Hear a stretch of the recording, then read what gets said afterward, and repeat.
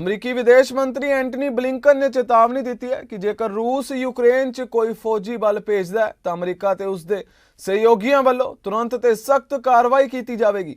Blinken ने Germany के अपने हमरुतबा नाल संयुक्त प्रैस कॉन्फ्रेंस च भी कहा कि जेकर रूसी फौज यूक्रेन की सरहद च दाखिल होंदी है तो हमलावर रुख अपनाउंदी है तो अमरीका अते साडे सहयोगी देशों वालों उसका तुरंत ते ढुकवां जवाब दिता जाएगा। As Sigmar said, and as all of you know, I have come to Berlin at a moment of great urgency for Europe, for the United States, and I would argue for the world. Russia is continuing to escalate its threat toward Ukraine. We've seen that again in just the last few days with increasingly bellicose rhetoric, building up its forces on Ukraine's borders, including now in Belarus. Russia's repeatedly turned away from agreements that have kept the peace across the continent for decades. And it continues to take aim at NATO, a defensive voluntary alliance that protects nearly 1 billion people across Europe and North America, and at the governing principles of international peace and security that we all have a stake in defending.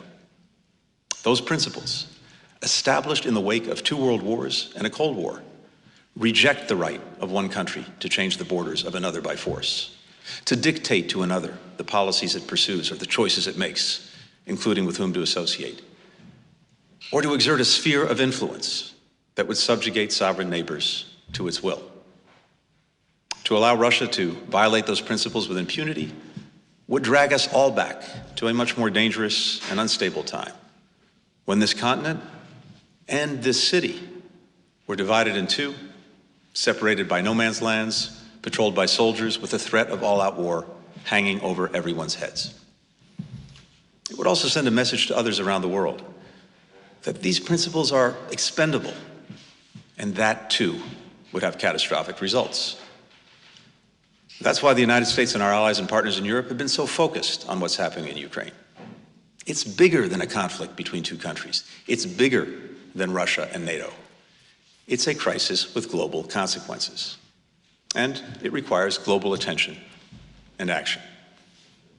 Here today, among this rapidly unfolding situation, I'd like to try to cut through to the facts of the matter. To begin, Russia claims that this crisis is about its national defense, about military exercises, weapon systems, and security agreements. Now, if that's true, we can resolve things peacefully and diplomatically. There are steps we can take, the United States, Russia, the countries of Europe, to increase transparency, reduce risks, advance arms control, build trust. We've done this successfully in the past, and we can do it again.